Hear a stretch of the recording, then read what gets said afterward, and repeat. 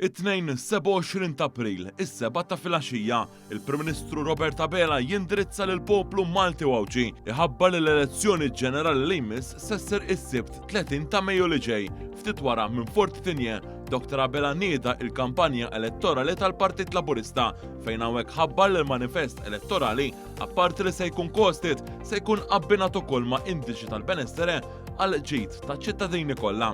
Dan fil-waqt li l-messaġġ pożittiv tal-Partit Laburista bit-tema Int Malta il-ħolma tiegħek il-proġett tagħna beda jinxteret mal-pajjiż inkluż permezz ta' billboards. L-għada fl-ewwel jum tal-kampanja elettorali, il-Prim Ministru ħabbar l-ewwel proposti mill-manifest il-ġdid. Fost l-oħrajn Gvern Laburista ġdid jara li l-leave tal-maternità jiżdied bit-8 ġimgħat waqt li dak tal-paternità jirdoppja għal xahar bil-bonus ta' twelid jitlaq għal 5,000 euro kull wild. Żgħażagħ mhux se jiġu intaxxati fuq l-ewwel 30,000 fl-ewwel 3 snin tax-xogħol tagħhom jew meta jibdew negozju bħala startup. Dan fil-waqt li l-Partit Laburista fil-Gvern isellef mingħajr ebda interessi 25% tal-valur tal-proprjetà lil first time buyers. Bil-pensjonijiet se jiżdiedu b'50 euro oħra fil-ġimgħa sa tmiem il-leġislatura. Fit-tieni ġurnata nhar l-Erbgħa il-Prim Ministru kompla fejn ħalla biżjed proposti, inkluża żieda oħra fl-istipendji ta' 15% u 1,000 euro għal dawk li jażlu jistudjaw barra mill-pajjiż.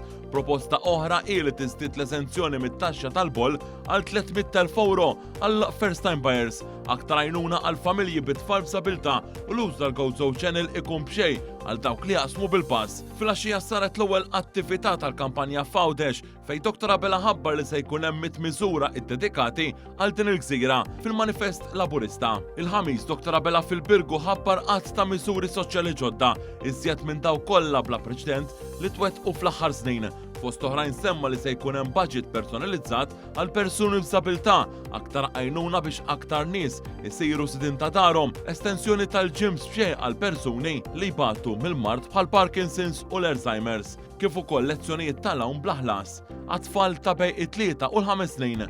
Dan fil-waqt li tnediet il-kampanja tal-Fera Nisa Laburisti bit-tema We Are bis-sem ta' Mart il-Prim Ministru Dr. Lidja Abela.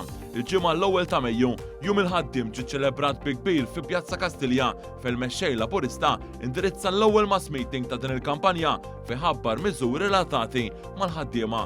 F'din l-okkażjoni l-amministrazzjoni tal-Partit Laburista u l-kandidati f'ismu iltaqgħu ma' ħaddiema f'numru ta' postijiet tax-xogħol differenti. Is-Sibt il-mexxej Laburista kompla iħabbar aktar miżuri biex titjieb il-kwalità tal-ħajja tal-Maltin u l-Awġin, fosthom check-up għas-saħħa mentali bla ħlas għal kulħadd u twessieħ tal-proċeduri tal-IVF. Ġie spjegat li l-impatt ta' dawn il-miżuri mħabbra mill-Partit Laburista se jżidu l-indiċi tal-benessere b'25%. F'din l-ewwel ġimgħa tal-kampanja elettorali ma naqas il-kuntatt man-nies. Bil-Partit Laburista jorganizza diversi attivitajiet simili mill-mass meeting fi Pjazza Kastilja ta' jum il-ħaddiem għal laqgħat sbieħ fiż-Żejtun, il-Birgu, iż-Żurrieq u s-Sanna Fawdex.